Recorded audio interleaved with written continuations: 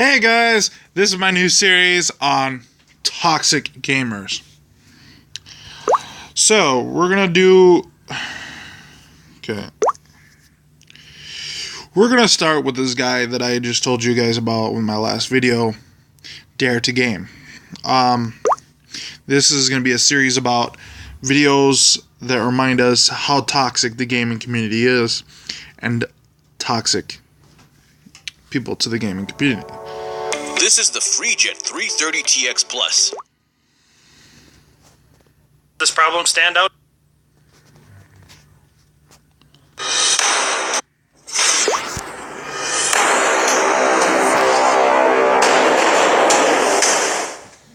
Welcome, valued viewers of Dare to Game, your premier one-stop destination for all the best in gaming. First off, you here sound on like YouTube. fucking I'm Kermit Nico, the fucking and let's Frog, just jump bitch. right into it. So this video is going to deal with a bit of a touchy subject, one that many consider sacred, while others may think of it as taboo. I'm of course talking about the Elder Scrolls. More specifically, Elder Scrolls 6. And even more specifically, why I think that ultimately, Elder Scrolls 6 will be a major letdown, in one way or another. First off, So you for don't starters, make a little games. background information. You just The rant Elder on Scrolls games. series is a series of games produced by Bethesda Game Studios, consisting of 5 main title games so far. These games include The Elder Scrolls Arena, The Elder Scrolls 2 Daggerfall, The Elder Scrolls 3 Morrowind, The Elder Scrolls 4 game. Oblivion, and of course, The Elder Scrolls 5 Skyrim, the best of the bunch. Just kidding. Before you smash that dislike button too hard, I'm only joking. Everyone knows that Daggerfall is the best. But why don't you go ahead and leave your thoughts in the comments below? But seriously, in metrics of success, especially in the fiscal sense, Skyrim is by far the best performing game in the series, selling 22.7 million copies of the game worldwide. This is closely followed by Fallout 4 with about 20 million copies worldwide, which is the next most successful game the company has ever made. Why? Well, because these two most recent installments in their flagship franchises ditched the more complex and immersive RPG style of previous games in favor of a more simplified action RPG experience that appeals to a broader base. Still, they were, at least in my opinion, still great games, that I still play to this day. Why does this matter? Well, I'm glad you asked that, Other Nico, because it allows me to segue into my next point, which is what went wrong. The answer can be given in 2 formats, the short and simple, and the long and complex. The former being summarized by 7 words: The Elder Scrolls Online and Fallout 76. To expound on that statement, let me first explain what these games represent regarding Bethesda games. Online. Bethesda made their name by building large, visceral, immersive, open-world, single-player RPGs. That is what built their impressive fan base and has made them wildly successful and famous in the gaming industry. So they'd But experiment with unfortunately, something they, new. like any business, And they're not have doing fallen bad. down the rabbit hole that is games as a service. Who is to blame for this decay of gaming civilization? Well, I'll split the blame about 60-40, with the bulk of the blame going to corporate greed over passion for the project, and the smaller percentage going to consumers falling for these schemes time and time again. Again, And I'm by talking to gaming these community schemes, I of that course refer actually to supports pre-ordering the games, and actually, buying brings Here's in your the Buick, money. sir. Actually, that's my Buick. Sorry for the guys that Your Buick doesn't have a roof rack. This is my Buick. But How are we gonna fit your mom's the Buick? bulk of the Easy. conversation is that he's literally attacking I like that Elder new Scrolls Buick. 6 Me too. before it I even was comes actually out. talking about that Buick. Joining the Bashwag I knew in his game. Did you? Buick's fresh new lineup is full of Fallout 76 surprises. and Elder It's Scrolls March Online. Madness. Get a sweet 16% below MSRP on most of these Buick models. Gamers. Visit your Lake Country Like, this Buick is dealer. what I'm talking about. Toxic community. People like this just make me.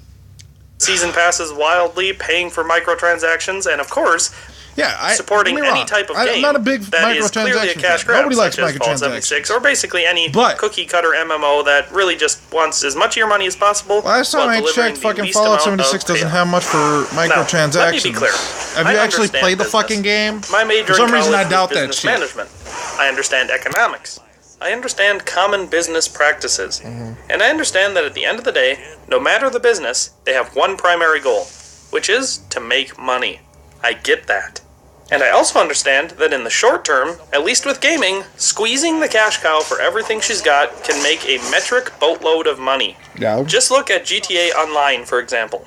In the run of GTA 5, they have made over $6 billion, the lion's share of which coming from microtransactions in GTA Online. To put that into perspective, that is the highest grossing piece of entertainment ever made, including any other games, books, movies, or songs. And it is still going strong. So it should be clear that obviously this tactic of coaxing every dollar out of your consumers can be wildly profitable. However, unfortunately for Bethesda, that method really doesn't work for every IP. And for that, we can look to the most recent gaming failure, Fallout 76. Again, has now, what no does Fallout 76 have to do with the You Elder would Scrolls 6? know this if you they aren't actually even in the same series. the game. And Fallout 76 is just a side project, a spin-off game, if you will. It means nothing in the grand scheme of things. Calm down, Other Nico. I'm getting to that. The thing is, the Elder Scrolls games and the Fallout games have been closely linked since Bethesda acquired Fallout. Now, I don't mean that the stories are linked or anything, even though Nirnroot exists in both universes. I just mean that every time a new game comes out, it generally bears a very close resemblance to its most recent counterpart of the other franchise. For example, Fallout 3 is basically just an upgraded version of Oblivion, and Fallout 4 is just a slightly upgraded version of Skyrim. When you compare them side by side, Skyrim looks more like Fallout 4 than it looks like Oblivion. And that's basically because they don't evolve much between games. And this isn't always a bad thing, but the longer you wait between releases, the worse it gets. Especially when the only things you are changing are things nobody asked for. And that's where Fallout 76 comes in. Fallout 76 is the brainchild of someone at Bethesda that saw the success of games like GTA Online and even the moderate success of Elder Scrolls Online and thought, wow, what if there was a way we could tap into the Fallout universe and get that fan base to play a game with no substance, no content, and in the meantime hand over tons and tons of money for useless cosmetic items, all to play in a super grindy world with nothing that made the other games in the franchise special in it, and at that moment, that man was apparently put in charge of the kamikaze mission of making Fallout 76, which, surprise surprise, hasn't done well. So what they did was try to make an online-only multiplayer game with essentially no point, no story, be the buggiest release to date, which would release to a tepid response that eventually turned into a massive failure. And my worry is that they haven't learned their lesson. So that is how Fallout 76 may negatively affect the Elder Scrolls 6. The lesson to walk away with from Fallout 76 is very simple. Your fanbase does not want that crap. We want large, immersive, single-player RPGs that we can sink hundreds, if not thousands of hours into, and still come back. The true fans of Bethesda actually stick by Not because that's the only way to grind to a point where we can compete with someone else, but because it's so fun to play that we can't put the controller down. If Bethesda learns that specific lesson, then I don't see this being a lingering problem. However, anything short of accepting that this fanbase isn't interested in games as a service, and that any title they release with that intent will fail, is not sufficient. It's not about presentation. Elder Scrolls Online is about not bugs failing, or glitches, dumbass. or graphics, or community interaction. This issue comes down to the core issue in modern gaming. We want single-player games. Not that I think I've covered that well enough. Dude, let's move on to the next you reason need why I think Elder Scrolls 6 is highly likely to disappoint. Again, proving why What I'm worried the about gaming here community is is getting so now, toxic. Inevitably, because of there will people always be like someone in the Derek's comments game. talking about how hype is a choice, and that you should just go into the game with low expectations. But the simple, cold hard fact is, unless you are brand new to the franchise, it is not possible to go into a sequel without expectations that the game will be, at the absolute least, match the quality of the previous one. So while Skyrim is certainly not everyone's favorite, it did very well, and not only held on to most of Bethesda's core fanbase, it also brought in so many new fans that it nearly doubled the amount of people in the world that know what the hell an Elder Scroll is. Unfortunately, this all means that for a lot of people, the hype going into Elder Scrolls 6 is going to be, in many ways, unprecedented. And in the realistic world, we should realize that there is almost no way they can live up to such a high expectation. But who is to blame for the bar being set so high? Surely it must be us fans for having unrealistic expectations. Well, the answer may surprise you. What do you think of when you think of Bethesda Game Studios releases? Is it the massive world you are about to explore? Maybe. Is it the acknowledgement that it is going to be buggy as all hell? Probably. I know those are some things that cross my mind when I'm booting the game up. But the first thing I usually think about is how long it's been since the last game came out. That's right. I'm going to talk about how Bethesda is one of the slowest companies when it comes to releasing the next game in their award-winning franchise. Maps are huge! They aren't the only ones guilty of making fans wait years and years for sequels. For example, Rockstar and CD Projekt Red have a similarly slow release cycle, generally taking 5 or more years to release the next title in a franchise. However, when their games are released, they generally reach a critical acclaim that Bethesda has never seen. Take The Witcher 3 and Red Dead Redemption 2. 2 games that are widely considered to be the best games of this generation. So the long wait can work. But you know when it doesn't work? When the game that comes out is buggy as all hell on release, and the graphics and animations look like they are 3 or 4 years older than everything else coming out at the time. And this is literally every Bethesda release since Fallout 3. Why is this the case with every Bethesda release? Well, because they insist on using the Creation Engine for every game they make. The Creation Engine is the same fundamentally flawed and seriously outdated engine they have used for every game since Morrowind. That is a game that came out in 2002. And your comparison is to GTA. For those of you who are bad at think math, about this. GTA 5 is running the same engine that GTA 3 is running. Sure, they have tweaked it and retooled it throughout the years, so the but same every time they release a age new game on it, the limitations become more and more obvious. What makes this problem stand out in this specific scenario? Well, that would be that Bethesda has confirmed that they will be using it again on Elder Scrolls 6. And if this game comes out, at the earliest estimations, it won't be until 2020 or 2021 at the earliest. Because we don't even have a release date for Starfield yet, and that has been confirmed to be coming out before Elder Scrolls 6. And the reason all of this leads to massive disappointment from overhyping is because even if they release Elder Scrolls 6 in the fall of 2020, which is overly optimistic in my opinion, this game will be coming out 9 years after Skyrim, nearly double the amount of time we had to wait from Oblivion to Skyrim. And what will we have to show for it? A game that is likely to be riddled with bugs and glitches, doesn't hold up. Find out how differences you can this guy is literally bashing the game he hasn't played. This is what I'm talking about by toxic community. A game hasn't even been released, because of the extremely dated information engine, hasn't really even been given about the game, and he's already bashing it. With microtransactions. So, in what realm of reality would that game live up to the expectations of fans who have waited nearly a decade for it?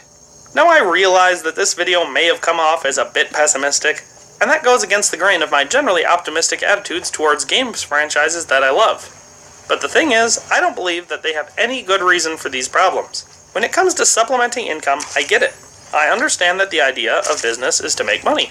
So either A, just make a good game that will garner critical acclaim and get you tons of sales, or B, stick to practices that gamers generally don't have a problem with, like large story expansion DLCs. Of course, I realize not everyone likes DLC, but in the case of Bethesda games, I think they've done a pretty good job. For example, Dawnguard, Dragonborn, Far Harbor, and Nuka World were all well worth the extra money in my opinion, because they added enough content to increase playtime by several hours each. So as far as the second point I've raised, there is really no excuse for this garbage. Back when Bethesda was a small operation, I bought the excuses. But now, they have lost all of their credibility. For one thing, they have more than enough money and resources to build a completely new game engine from the ground up. The game engine is fine! Out of the water and give us a game that doesn't look or act like it came out in the late 2000s. And for another thing, they really need to get it through their heads that there is some middle ground between annual releases and waiting a decade between titles. While it may sound interesting that 20-year-olds who played Skyrim will be 30 when the next game comes out, in practice, it is more likely to alienate the fanbase, or worse, critically undersell because the audience no longer exists, or just no longer shows interest, because it's been too long. In conclusion, I would absolutely love to be able to say that Elder Scrolls 6 is my all-time favorite game, and that it was well worth the wait. I want it to be not only the best Elder Scrolls game ever, but the best game ever. Unfortunately, unless Bethesda takes the game seriously, makes it for their fan base, and not just to make money, and releases it before the 12-year-olds who played Skyrim are old enough to drink in the United States, I think Elder Scrolls 6 will be a major letdown, with potential to fail both fiscally and critically. Before you go, I was recently in a podcast about another game that we've been waiting a real long time for release, and that is Mount & Blade Bannerlord. So if you want to check that out, I'll leave a link in the description that'll lead you over to Frody's channel where you can see the video that I was in. So hopefully you go check that out. But in any case, thanks for watching and have a nice day. Doesn't know what the fuck he's Congratulations on talking making it to the end of the video. Dude, if you did, I you can assume sound you like liked the Kermit the content fucking and Frog hopefully you'll bashing subscribe on and turn a on the game that notification hasn't bell. even been released If yet. you haven't already, check out these links I have on the screen to see me on Twitter, Facebook, and Instagram. If you like my content and would like to support what I do here, there's a link to my Patreon account in the description. For one, I'm not A donation subscribing would to be your much dumbass appreciated. fucking In any channel case, thanks because for all watching you and do have a is nice day. feed into the toxic gaming community. And that's why you get to be It's ready for you. The new in Honda my Civic video Sport on is toxic fast-moving, gamers. engine roaring, wheels racing. So, pretty much, guys, that is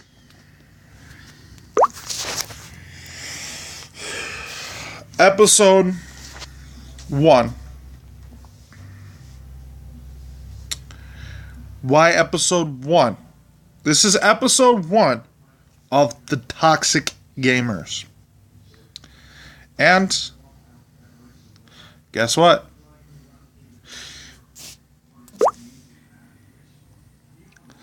Our first guy in the portal is Dare to Game. I already gave him a thumbs down.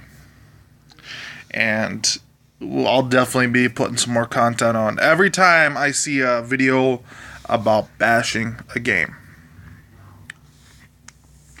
they will be getting added to this video stream. To this my new series, Toxic Gamers. Again, guys, thanks for watching. Don't forget to push that like and subscribe button and check out some of my other content as well. And have an excellent day.